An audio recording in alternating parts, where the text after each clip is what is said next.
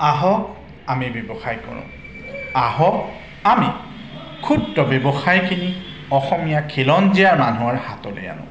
মই এই কথাটো এইকাৰণেই কৈছোঁ, আপোনালোকে দেখিছে যোৱা কেইদিনৰ মানৰ পৰা যে চৰ চাপৰি হওক, কিছুমান নামনি অসমৰ জেগাত হওক, এক বিশেষ সম্প্ৰদায়ৰ মানুহৰ উচ্ছেদ কৰা হৈছে। চৰকাৰক তাৰ বাবে ধন্যবাদ জ্ঞাপন কৰিছোঁ।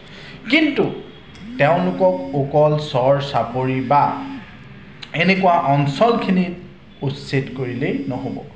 প্ৰথম কথাটো হৈছে তেওঁলোকৰ লগতে বহিৰাগতসকলে অসমীয়া অৰ্থনীতিটো পূৰা ধৰণে অধিকাৰ কৰি আছে। আপুনি যদি বজাৰলৈ চায়, সৰু বজাৰ হওক, শাক পাচলি বজাৰ হওক, মাছৰ বজাৰ হওক, ফল মূলৰ বজাৰ, এই সকলোখিনি কাৰ হাতত আছে? এই সকলোখিনি আছে এক বিশেষ সম্প্ৰদায় মানুহৰ।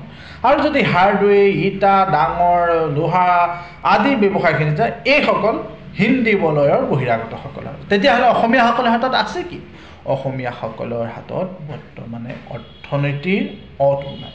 কেইজনমান ধনী বা কেইজনমান বিশেষ ব্যক্তিক যদি আমি বাদ দিওঁ, তেতিয়াহ'লে 3 কোটি পপুলেশ্যনৰ অসমখনত অসমীয়া হাতত একো নাই।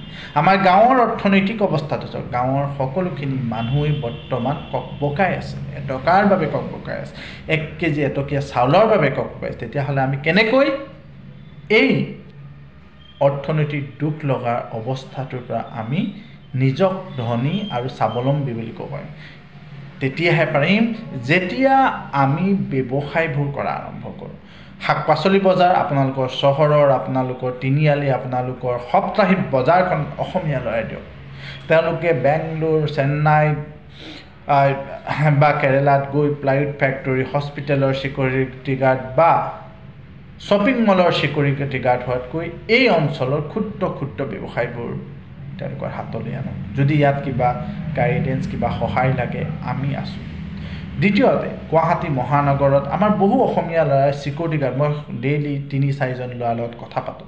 তেওঁলোকে এই চিকিউৰিটি গাৰ্ড কৰি 10-12 হাজাৰ টকা পোৱাতকৈ তেওঁলোকে মাছ মাংসৰ লগতে শাক পাচলি বজাৰখন দখল কৰক। আমি তেওঁলোকৰ লগত আছোঁ। এই বজাৰটো দখল কৰিলে কি হ'ব? আপোনালোকৰ হাতত এক অৰ্থনীতি ভেটি আহিব।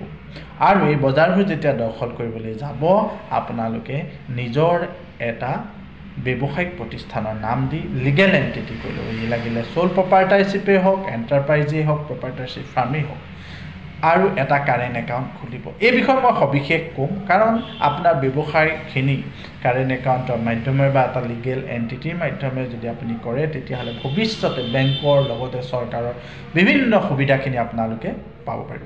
কিন্তু আজিৰ ভিডিঅ'টোত মই এটাই কথা ক'ব বিচাৰিছোঁ, আহক আমি অসমখন অৰ্থনৈতিকভাৱে স্বাধীন কৰোঁ। আজি অসমৰ নতুন ধৰ্ম হৈছে অৰ্থনীতি। যাৰ ওচৰত পইচা আছে সিয়েই ৰাম হৈছে। আহক আমি অসমীয়া মানুহখিনি গাঁৱৰ পৰা চহৰলৈ সকলোখিনি ধনী হওঁ, অসমখন অৰ্থনৈতিকভাৱে স্বাৱলম্বী কৰি তোলোঁ।